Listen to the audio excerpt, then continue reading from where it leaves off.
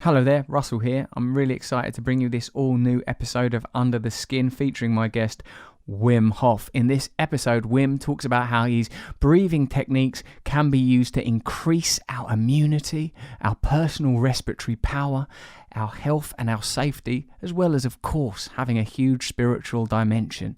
It's a brilliant episode. You're going to love it. Listen to more episodes of Under the Skin only on Luminary, a subscription podcast network with original shows from your favourite creators like Karamo, Lena Dunham, and Rainn Wilson, and Reza Aslan's podcast called Metaphysical Milkshake. I love Reza and I love Rainn. It's fantastic stuff, and I obviously love Karamo and Lena. They've been on this podcast before. They're fantastic. You can get a subscription for as little as $2.99 a month with their annual plan, plus a 7-day free trial to get started. Visit luminarypodcasts.com to start your free trial. Not available in all markets, subject to local currency, terms apply. That's one of my favourite bits of any advert, is that bit. Anyway, I've given you the necessary data. We're giving you this Wim Hof episode for nothing. If you like it, perhaps you'll consider signing up, subscribing to Under the Skin only on Luminary. Thank you. How do you feel, Wim Hof, given that you are the world's foremost respiration expert and healer of viruses through yogic techniques, now that the coronavirus epidemic has seized the world? What did you think when you first heard of this, and what do you think now? I've been looking into what the virus is causing, what the damage of the virus, the coronavirus, is causing, and that is inflammation. And inflammation is represented by interleukins, like cytokines, inflammation values in the blood. And they are called the IL-1, the interleukin number 6, the interleukin number 8, and the interleukin number 11. That is in the case of coronavirus. Now, in 2013, we have been injected with an E. coli bacteria, and through these breathing techniques, we were able to inoculate the IL-6, IL-8, IL-1, IL-11. Those are the inflammation values, which is causing the damage in the coronavirus. The way the coronavirus gets into the cell is different as the E. coli bacteria, but what they cause is the same. And and that inflammation, we are very capable of suppressing it. Now, maybe not when it is in a very advanced stage, but the people should look into it. The universities, they should look into this. The doctors, the professors, the scientific world, because the existent papers have been showing these values. If they compare the one value with the other, they see the same effect. Maybe the cause is different because one is a virus and the other one is an E. coli bacteria, but the effect, the consequence is the same. It is inflammation, and that inflammation we can suppress.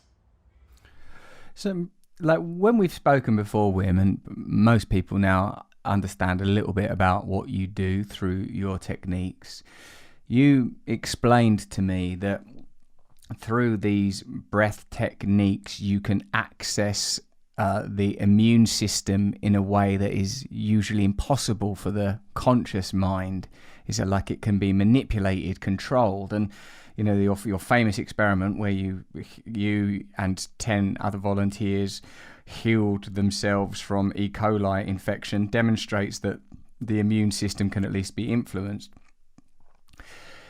We talked before about many aspects of this, about how self-healing is always going to be a kind of something that evokes skepticism, if not cynicism. It challenges ideas that are economically important to significant interests.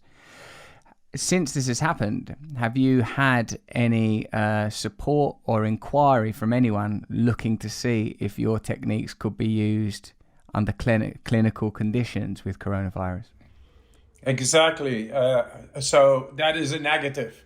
It's a negative up till last year. We were how do you say, approached by people paying over $1 million to get a study done on this method, the Wim Hof method, on the DNA and depression. And it's ongoing right now with top researchers in the US, San Francisco. And it is very promising, only it is not finished yet. And that's because of the lockdown in America. It was almost finished. And so what I say is, in 2013, we fundamentally have changed science as it is, showing that the autonomic nervous system, and with that, directly in relationship with the innate immune system, which is the problem with the coronavirus, the innate immune system to be influenced deeply, voluntarily, at will, by all these people I trained just in a couple of days. Whereas, in contrary, thousands of people doing the same experiment all got sick. So my question to the scientific world is, the doctors, the professors, why do you guys not go look into this? Because it is existent. The values are all evidence-based, scientifically noted down. It is published in papers, and one is one. If they see innate immune system, which is the problem in coronavirus, which cannot be controlled, here is the control. So I'm asking I'm asking the investigative spirit of the scientific world to look into this. My blood and the blood of those guys who were subjected to this endotoxin experiment is still frozen by -80. So they only need to get the blood and get the coronavirus inside, and they will see that the innate immune cells, that they will not react as violent as in normal cases with people, which is causing the damage. They will see that the damage is far less possible by human will, through breathing techniques and mindset. That's it. Very simple. I suppose that people will still be cynical. We've been so long trained to assume that the solutions to our problems will be met through a kind of pharmaceutical industrial complex, that medicine belongs in that territory. And because we are very resistant to woo-woo and nonsensical bad science talk, it takes a while for us to recognize, I feel, that there are we don't know how these complex, deep systems that are present in our evolution and driving our evolution operate. So much of what seems to be happening in this time, Wim, demonstrates a separation, a bifurcation of humankind, civilization, and nature.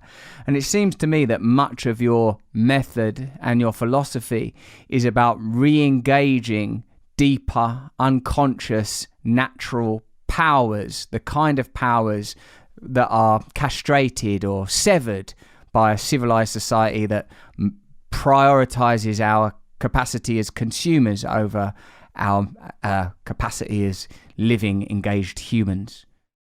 Yes, no, exactly, affirmative. And if you look back, in the time of the prehistorics, or 10,000 years ago, there were no pharmaceuticals, there were no pills, there were no medicines, there were no hospitals. It was not there. And we have evolved through industrialization, hospitals, pharmaceuticals, money way of systems, money-making systems, into making money out of medicines and pills to heal people. I think that is a fundamental injustice to humanity. You should not ask money to heal people. You should not ask money by the loads the pharmaceutical industry is doing, because you don't want to lose clients. You don't want to lose people. If people are no longer sick, the whole pharmaceutical industry does not exist. So if we come up with natural ways showing that we have lost a innate capacity to heal ourselves, but we, as you said, and rightly said, are castrated or severed from that power, now it's the time to show people through evidence-based proof that we are able to connect within a day. Yes, I think it's important what you said, through evidence-based proof, because I suppose, it's important to make clear that we're not like a couple of wackos saying let's abandon the technological and medical progress of the last few centuries and the many miracles that have taken place as a result of the ingenuity of members of the scientific community, but where it interfaces with the corporate community, it comes to problems. When you were saying about why is no one investigating the possibility of respiration work improving, enhancing and engaging immune systems, it struck me that probably the way that these things are funded does not facilitate that kind of investigation. I spoke to Neil deGrasse Tyson once about this, because obviously the point of science is that it's evidence-based. We're talking about objectivity, facts, inarguable, indefatigable facts. But the kind of questions that are getting asked, the investigations that are getting done, the experiments that are taking place usually are funded by certain interests. What are the questions that don't get asked? What are the experiments that don't get done? And I think that this is the area that you and I are discussing. Yes, exactly. So the importance and the gravity of the situation it shows that this study should be looked into. I've been talking to professors recently and about this, and I said before I'm saying things to you like this, I also think about this. I contemplate. I go into the deep, and I talk with these immunologists, and they say too, yes, it is the IL-6 and the IL-8, the interleukin-6 and the interleukin-8. You guys have suppressed, and that is thought of in science impossible. But you guys, for the first time, showed how to do that voluntarily. Now, I ask, why are they not willing to go and do research on existent blood samples still there? I do not even need to be there. It's all by the universities going to be done.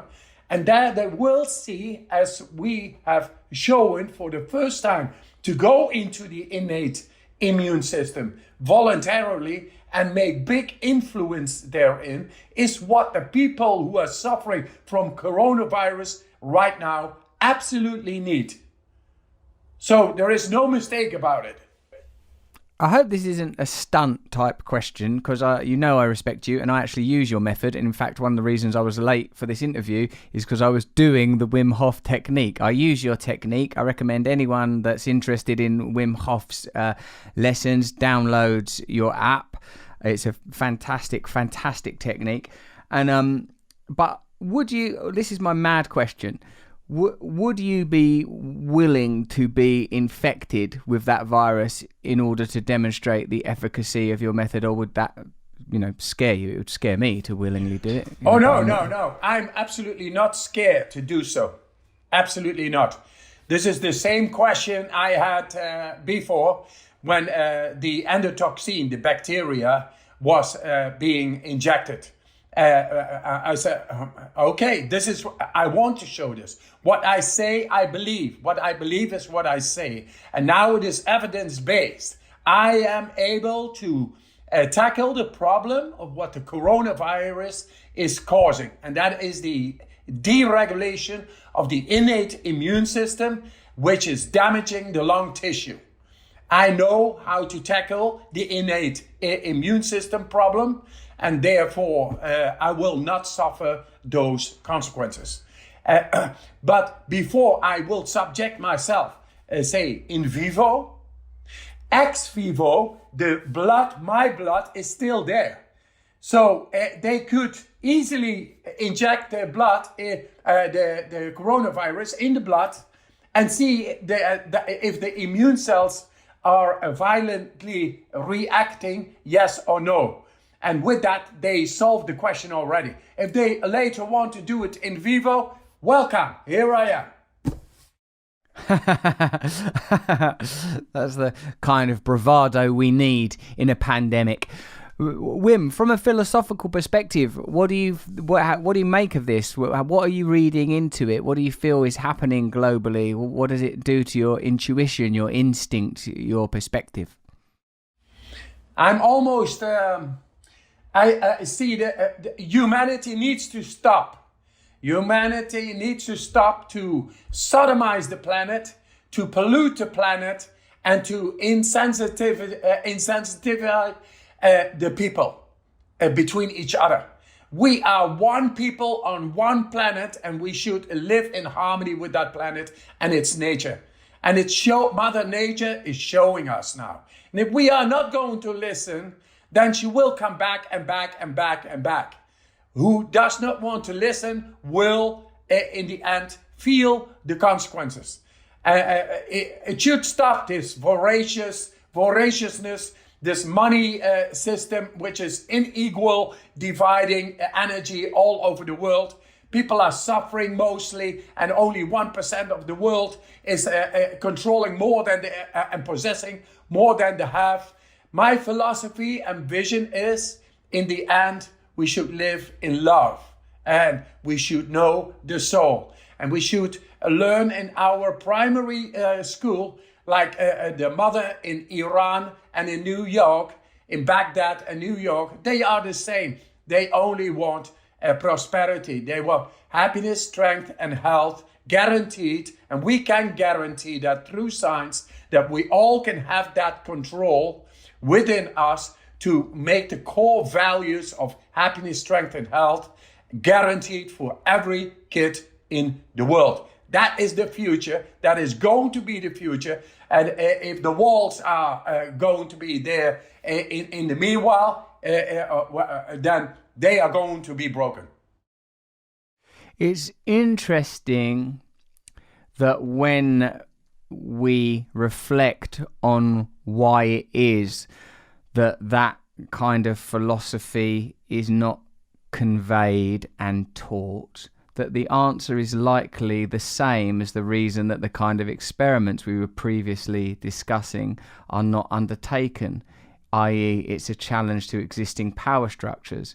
We're kind of told that it's anti-human nature to consider ourselves to be interconnected and equal and harmonized. We're told that no, we're competitors. It's against human nature. But I'm thinking more and more that this is conceptual. One thing that's been so clear from the events of the last few weeks, Wim, is many of the things we've taken for granted, believed to be real, economic systems, political structures, whether or not it's possible to bail out businesses or for right-wing governments to embrace the welfare state and renationalisation of public institutions. All of these things are necessarily taking place as the systems of domination recognise that their ongoing survival is dependent on sustaining these systems through this challenging time. Because I suppose what this chaos and crisis induces is the possibility of real change, significant change in the way that we regard one another and the way that we separate what is real from what is conceptual. Exactly. Yeah, that's what I think too. And it's time. Change is in the air anyway. Only the existing systems, they are not reluctant to just change their paradigm. They stick with the same because they don't know something else. They want to stay in control. If they have no control, then they lose their power. And that's why I show, hey man, the power. When you are happy, you have no grieving for possession. You don't need to expand. And I show that we are able to control our hormonal system which is excreting are the dopamine, serotonins, the endorphins, the cannabinoids, all those things. We can control that.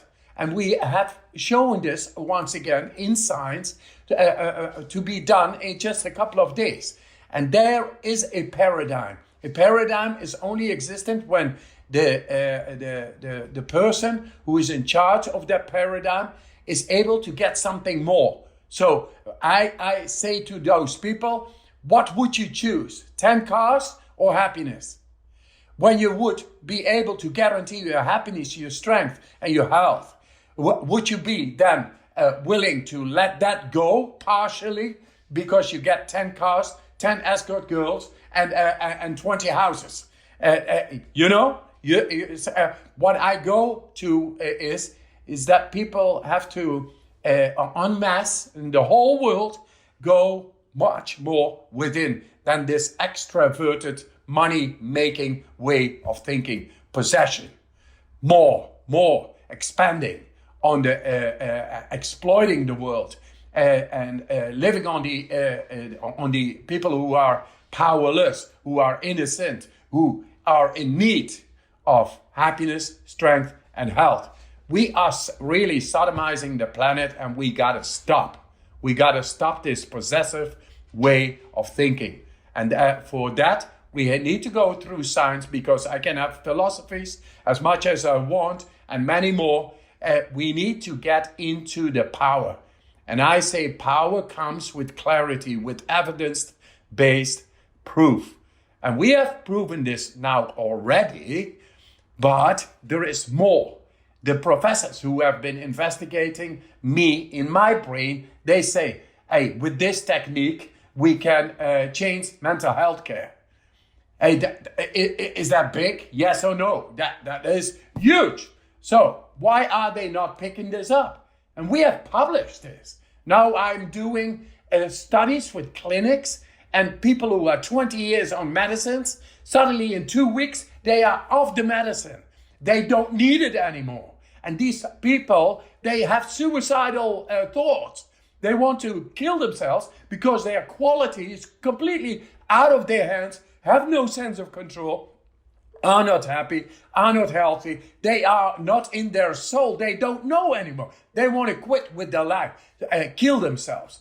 And those, I went to Australia in Queensland, and I went to this clinic, and now big change just through breathing, just through going into ice cold water, controlled, means going into and learning about anxiety, learning about stress, how to activate the stress mechanisms inside, how to get a hold of your own emotion, of your own mood, of your soul, of the purpose of just being without words. All that is there through these simple techniques, and they should investigate into this, research into this, because this is in the end going to give the people soul. It is going to give people love. It's going to give that what is most valuable for any family on this planet. And that's what we should want for our children.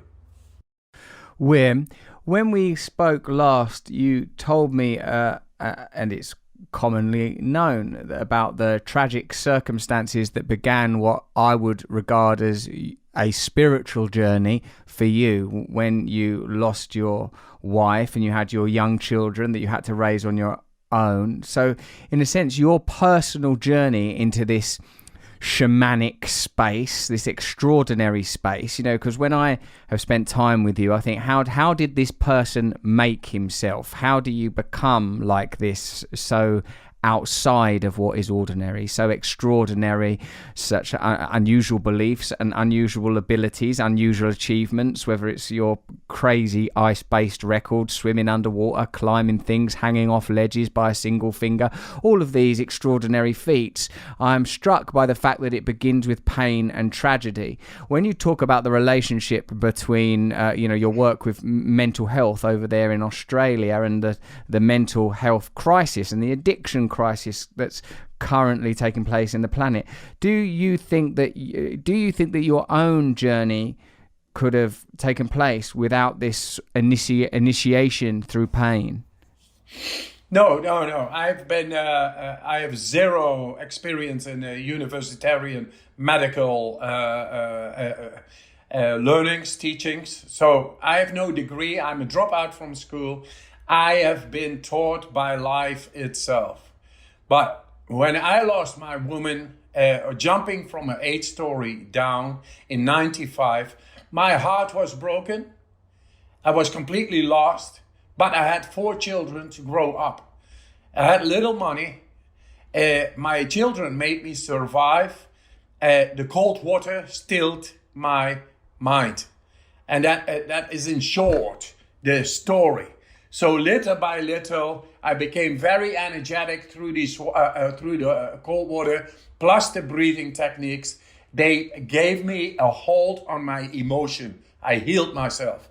And now I'm as far to be able to say that we found techniques showing in brain scans how to activate those parts of the brain responsible for our mood.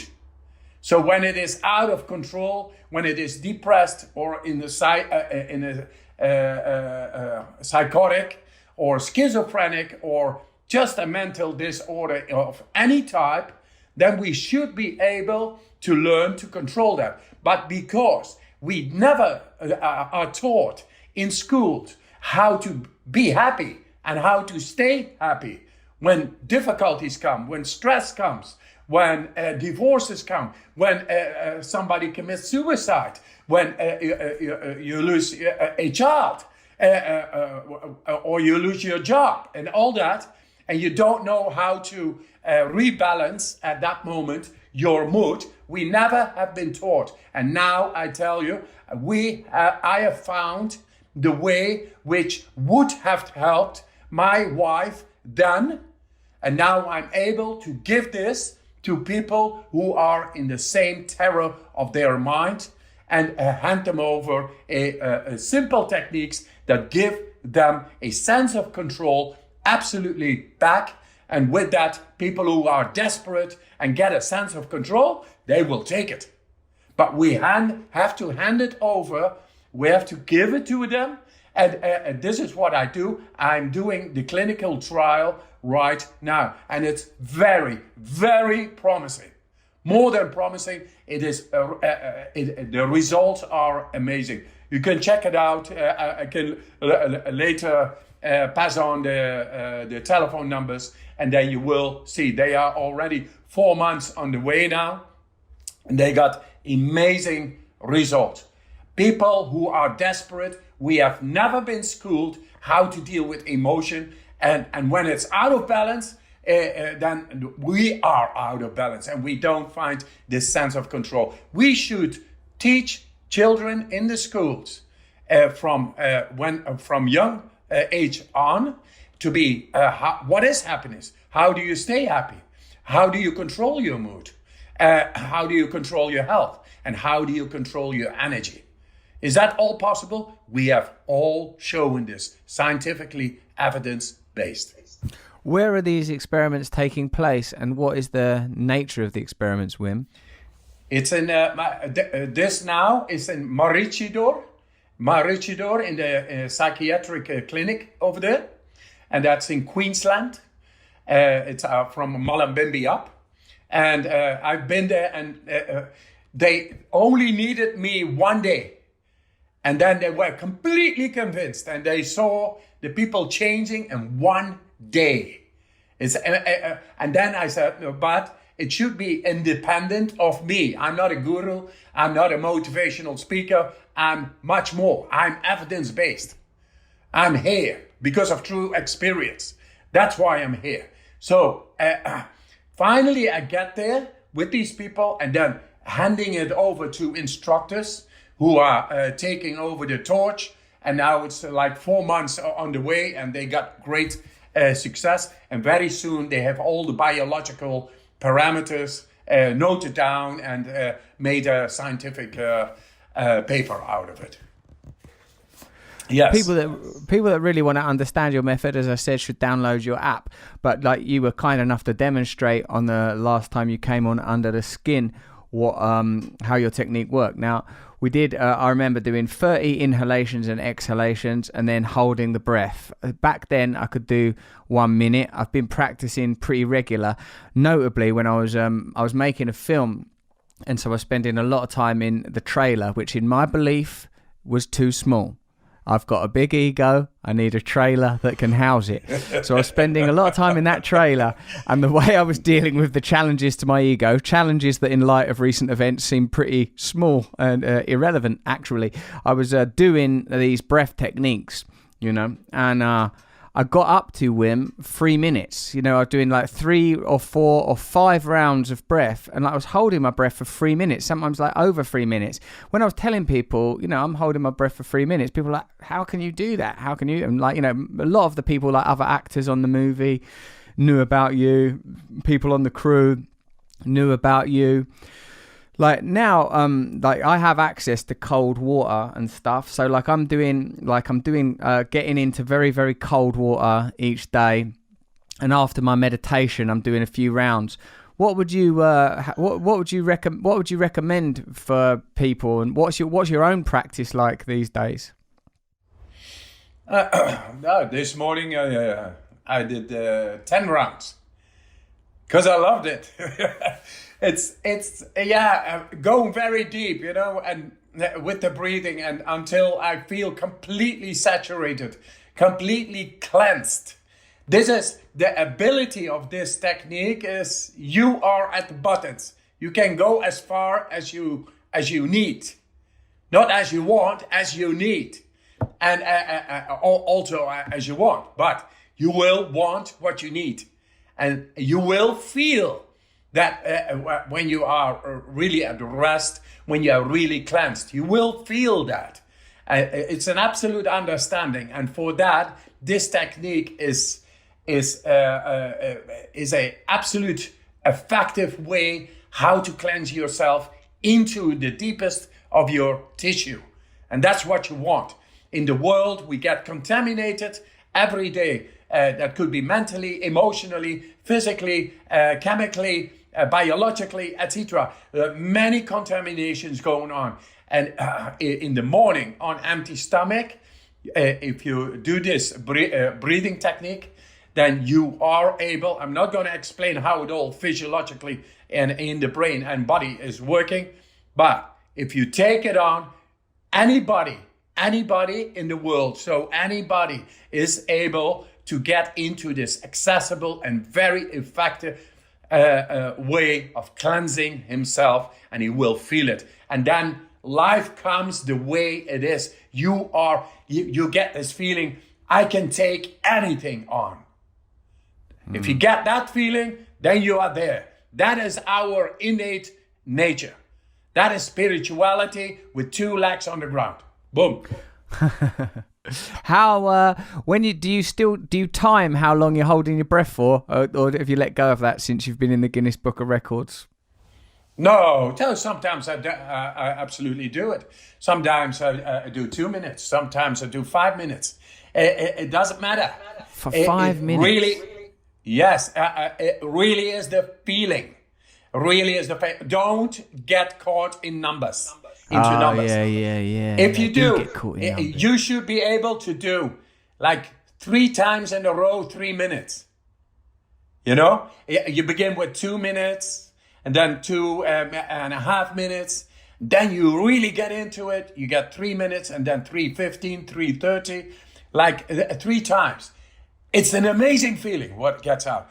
The breath and the depth is a mirror, but your feeling is the true spirit evolving therefrom. Look at that. Go for your spirit. Go for your cleansing.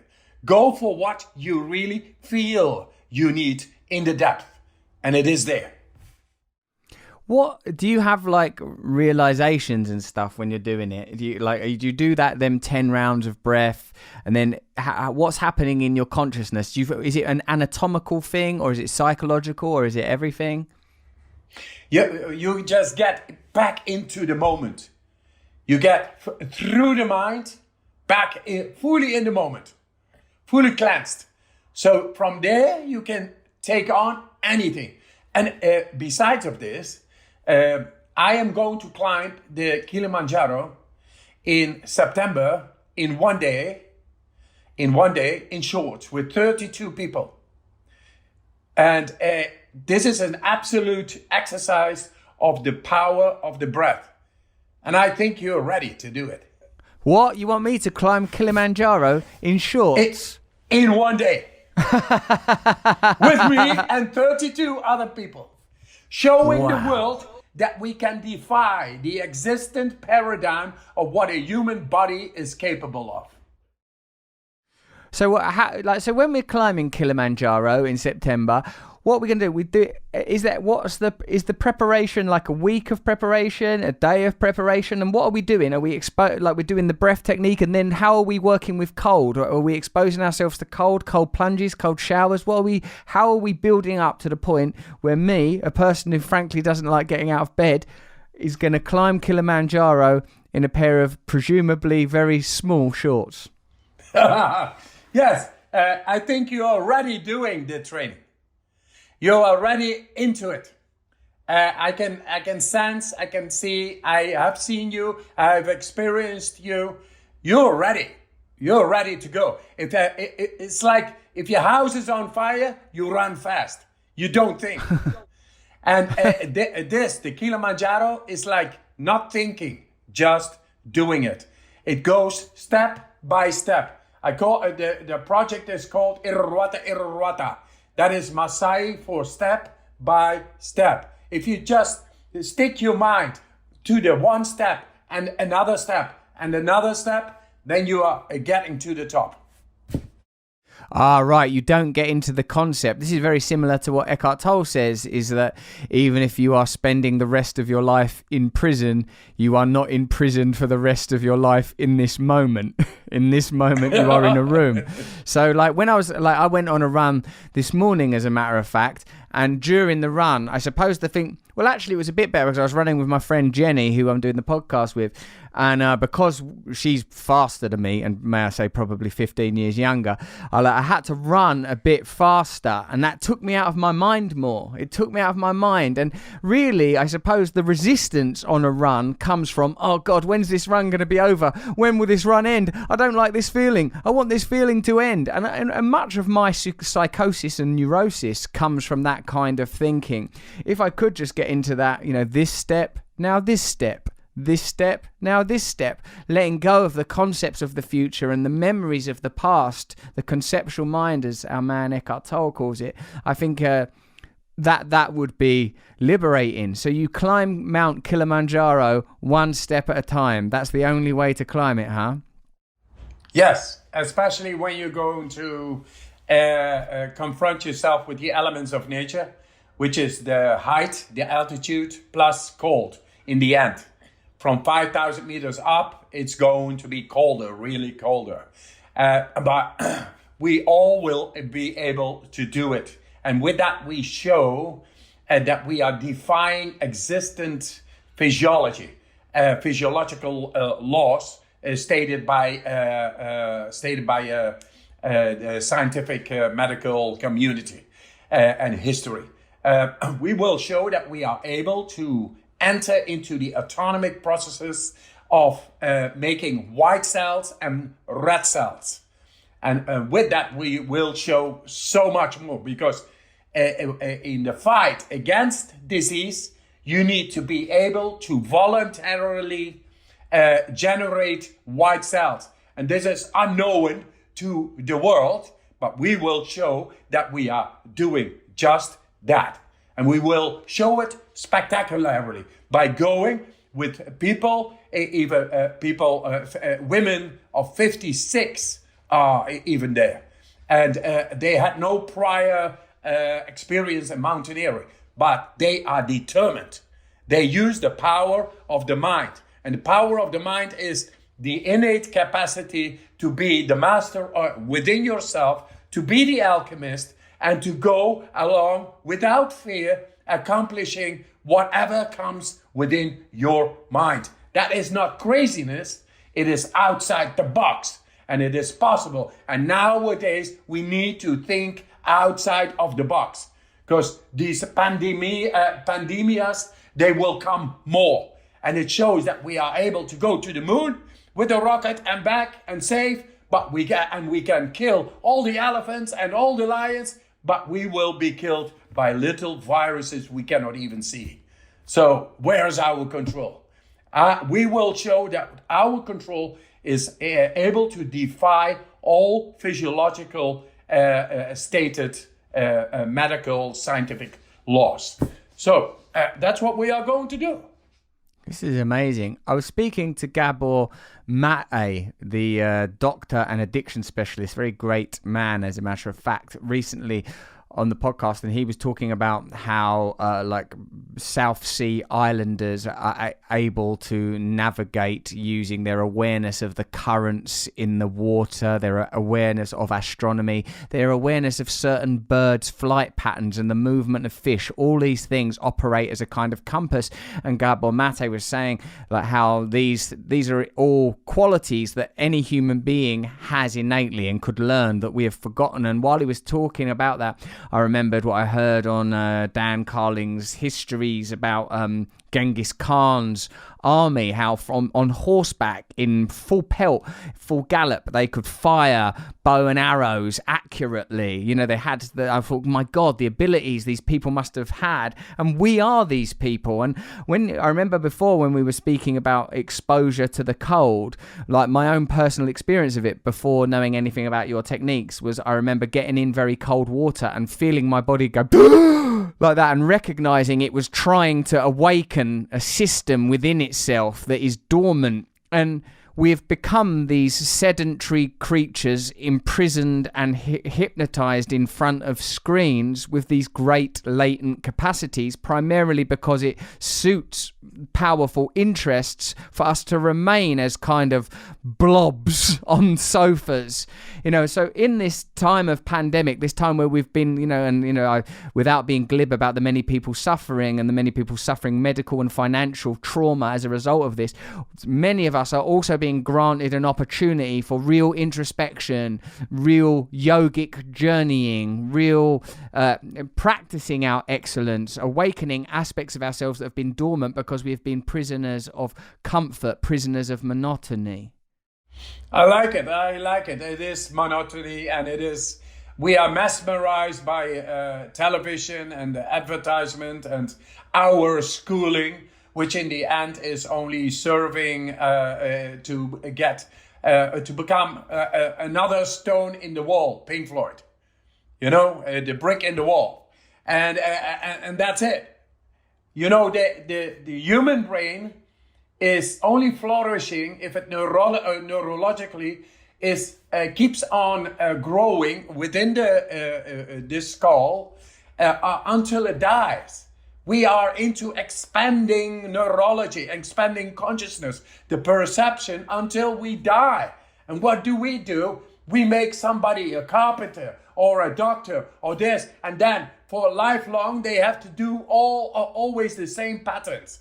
That is killing the neurological, normal, natural development within. That is killing sanity.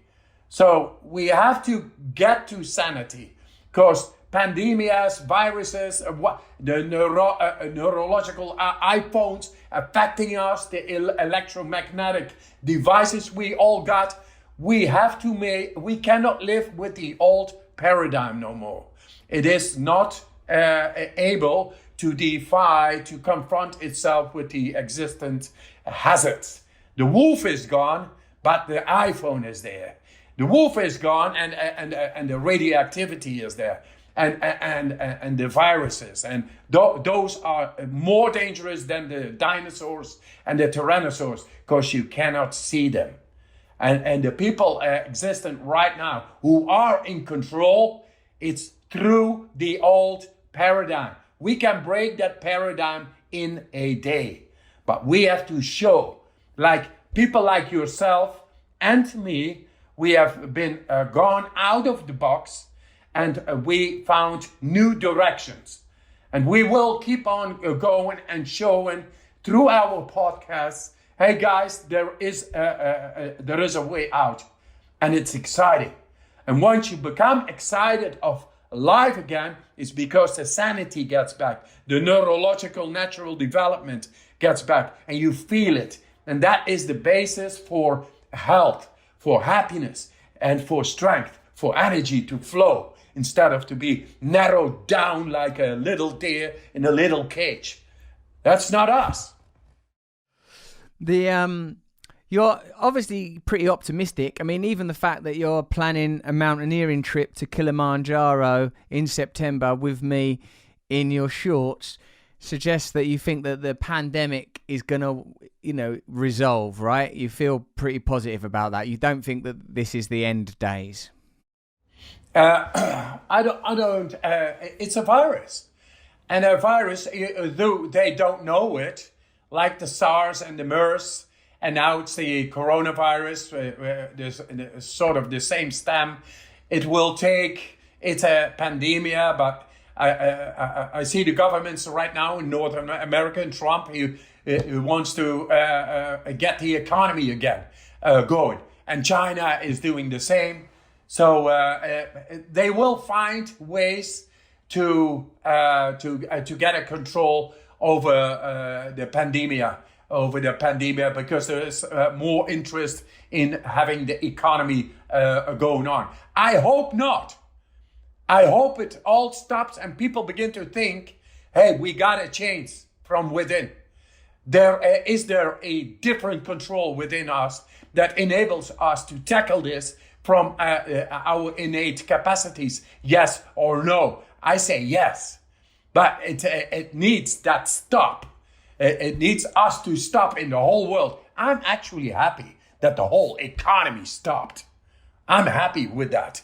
I'm finally, when Australia was on fire just recently and more than 1 billion animals died, nobody gives a shit. When the Amazon is on fire, nobody gives a shit. When the tsunami is going and the corals are bleaching, nobody gives a shit. Some people say something, but in general, everything keeps on going, sodomizing the planet, polluting the planet, exploiting it, and people staying insensitive. They are staying like blobs. And that blob thing, we gotta take that out of them. We gotta take this helmet, this blob helm out of them and show them that there is life happening and that it is beautiful. Yeah, man. That's good stuff, Wim Hof. That's good stuff. So what can be, do you have can we talk through a little coronavirus survival kit for our Under the Skin listeners? What should be for those people that are, not under immediate financial or medical threat, what kind of what techniques should they be using? What would you suggest? Me personally, I'm doing the meditation, I'm doing the breath work, I'm doing exercise. I recognize I'm fortunate because I'm not in immediate financial peril and I'm not in immediate medical peril, and those people should do what they need to do, and they can consult whoever they need to.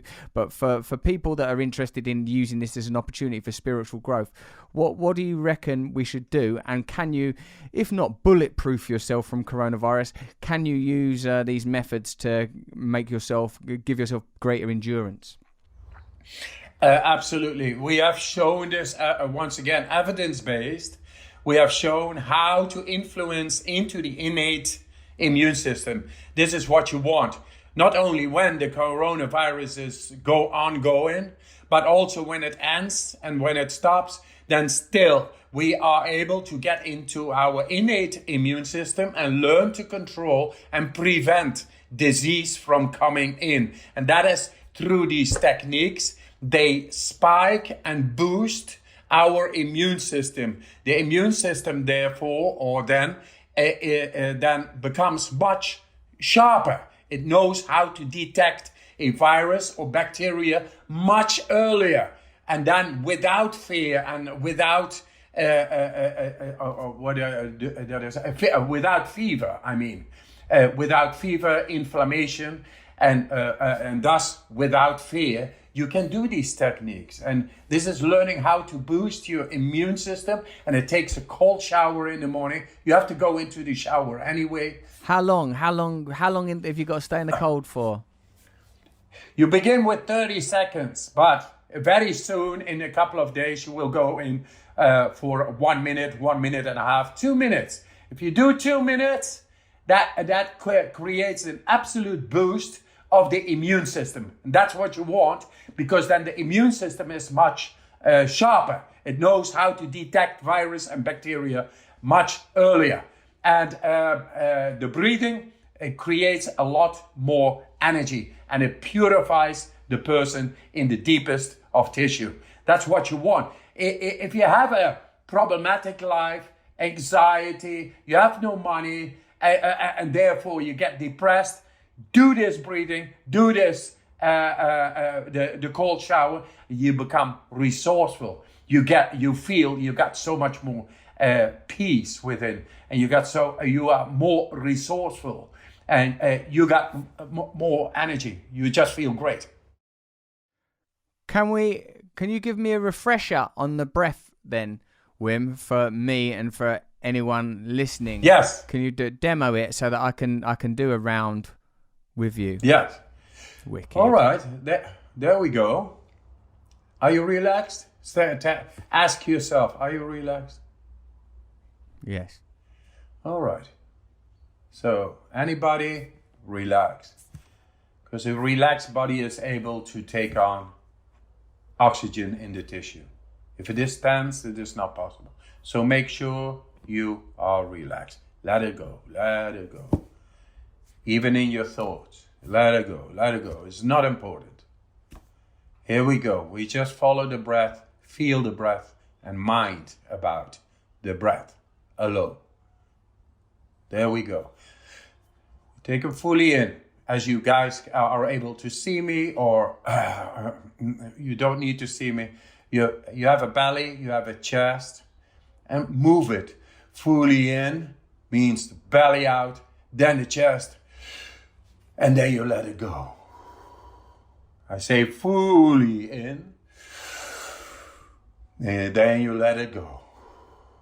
So not fully out, but fully in. And let it go. Fully in. Let it go. Fully in. Let it go. Fully in. Let it go. Feel lightheaded, tingling, anything that you feel is different. Fully in. Letting go. Fully in. Anything that is different, breathe into it. It's all right. Make it stronger. Fully in. There we go. Let it go. The breath is the vital force of life. Fully in. Letting go. Fully in. Letting go. Fully in. Letting go. Fully in. Letting go. Lightheaded, loose in the body, all right. Fully in, letting go. 10 more. Fully in, letting go. Fully in, letting go. Fully in, letting go. Fully in, letting go. Fully in. We will do 75 seconds without air in the lungs. After 3 breaths. Fully in, letting go. Fully in, letting go.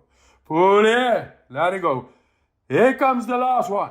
Fully in, and let it go. And stop. Relax, witness. This is alchemy.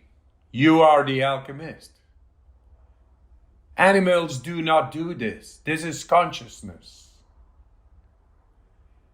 Now, this consciousness will go in all the parts of your body, in all the cells. It's electromagnetic. Neurotransmitters. Just by being relaxed. We are opening up now the deepest part of the brain stem, the old animalistic brain. Because we are not breathing, but we are in consciousness. That's what the brainstem doesn't know. So it opens up. It is in the part of the emotions, primordial, the purpose of life. It's all there. It's opening up. It's connecting through the will, because we are doing this consciously with the deepest part of the brain connected. There we are. As simple as it is. We have shown this in brain scans, and in 5 seconds we breathe fully in and hold. 2, 1, fully in, hold, squeeze it to your head. It's nice, it's bringing blood flow to the part of the brain normally deprived of blood flow. 5, 4, 3, 2, 1, let it go. There we are. This is a simple technique anybody can do. And this will ignite epinephrine. And epinephrine ignites the innate immune system directly. It becomes a lot sharper. It heals and prevents from virus and bacteria. Oh, wow. Yeah, I feel good, man. Yeah, that's another thing. It's get high on your own supply. All that money I wasted on crack. Although the crack did teach me some breath techniques. Like, when you've inhaled crack, you hold that stuff in, man. You don't want to breathe nothing out. You want to keep every last bit of that in your body. I know that of the chill. You know, the hashish. Yes, of course. When I was young, like 17, 18 years, I experimented, but I used it spiritually, yeah. I wasn't there, regular basis, but we had these meetings, and there was the chillum, this ceramic conic thing, and fully stuffed, and then you took it on and and keep it, and then boom, through the mind. Wow, amazing. But we can do that through breathing techniques as well. Breath is life. I'm with my my cat, who I've had a long time, 17 years. He is dying, and he's like upstairs. He's in our bedroom. We're feeding him through a tube, and you can see that his system for defecation is closed down. His system for appetite is closed down. The only thing that's remaining is respiration. He's continuing to breathe. And I wish I could teach that little feline these techniques, but he's been alive a long while, and I just was watching him on the bed as he breathes, wondering about his quality of life, wondering about when it is ethically correct to let him go or even to help him to leave his body, but breath is everything. There must be a strong relationship between breath and consciousness, as surely there is. I tell you, I feel your cat. I feel your cat. I feel any person who is in dying, like passing over. I lost my fear of dying the first time I did a distance under the water under ice, like a meter thick. I could not find the hole, and I was on breath hold in my shorts in ice water. Because I had that control of my breath before done on the ice, so deeply in, that's why I had no residual different chemistry than pure oxygen and alkalinity in my body. And it made me able to swim twice the Olympic distance, and I was not drowning. I had no agony. I was going into sleep, and it was kind of nice. And that under the ice with so much stress and not finding the way. You know, all the fears could have happened there, and all the pain of agony, of drowning, and the cold, and the claustrophobia, nothing was there, because there was the control of the breath. And when I came out because of a diver who took me by the ankle back to the 50-meter hole, then once I got out, there I realized I had conquered the concept of death. That's pretty amazing. I suppose it sounds like you've become so free of identification with the physical form. I mean, this is the journey of transcendence and awakening and enlightenment, to connect so strongly with the transcendent consciousness that it overwhelms the significance of individual identity. And even though you are a very palpably unique and strange and peculiar and particular man, I think that power you have is derived, it seems to me, from access to this transcendent space, to this eternal power.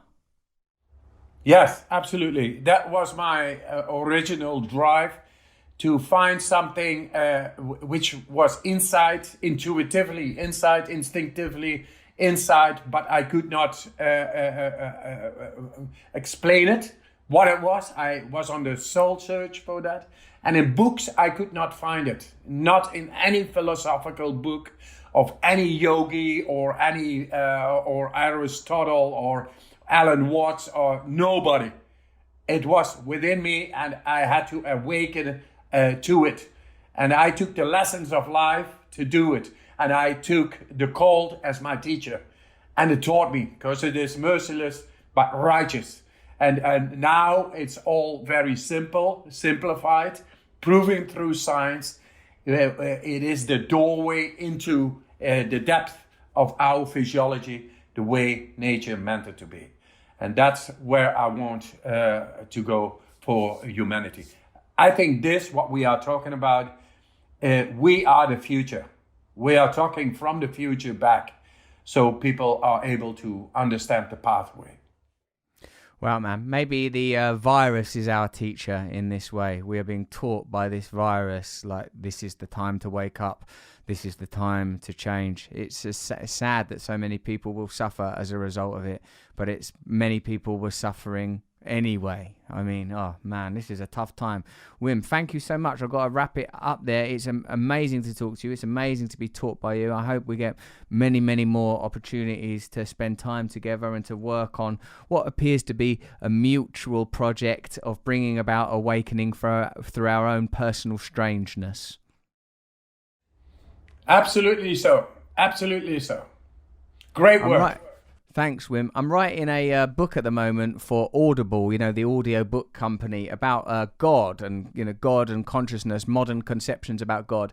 And the sample that I sent them, I did a 5,000 word sample. It was about us, the meeting we had, and the time you came down to the river and playing the guitar for my little daughter. And, about accessing God in new ways, new, unconventional, although still in some ways traditional. So I wanted to, maybe I'll send you that. I'll send you that bit of writing, actually, Wim, if you want, so you can check it out. Lovely. All right, man. Amazing. Well, yeah, I just wrote a book myself, and it's gonna be out in September through Soundstrew, and it's about the Wim Hof method. Of course. I mean, if it was about flower arranging or karate, I'd be very, very confused. Yeah, it wasn't me making up the title. I just let them go. I talked like 16 hours in 3 days, 16 hours of interview, audio, then transcribed, edited, and now it's a book. Boom. Great. It'll be fantastic. It'll be a fantastic book, Wim. I'll get it, and hopefully you'll come on the show again and we'll talk about it and do some more stuff. Love it. Love your work, man. Love you. Yours too, Love Wim. your family. Let me know if I can. Love to your family too. Let me know if I can do anything for you. You already did. Thank you. Bless you. Cheers, Wim. Thanks, man. Well, I hope you enjoyed that episode with Wim Hof. If you did enjoy it, please go to luminarypodcast.com and sign up for your free trial or subscribe. It's up to you. look out for some great guests coming soon. We've got Ricky Gervais coming up. We've got Joe Wicks coming up. Charles Eisenstein. We're going to continue the conversation about how to change the world in this peculiar time. What new ideas can we have? Where are we going to disagree? Upon what frontiers will the battle for the soul of humanity be fought? That's on Under the Skin with me, Russell Brand, from Luminary. Cheers.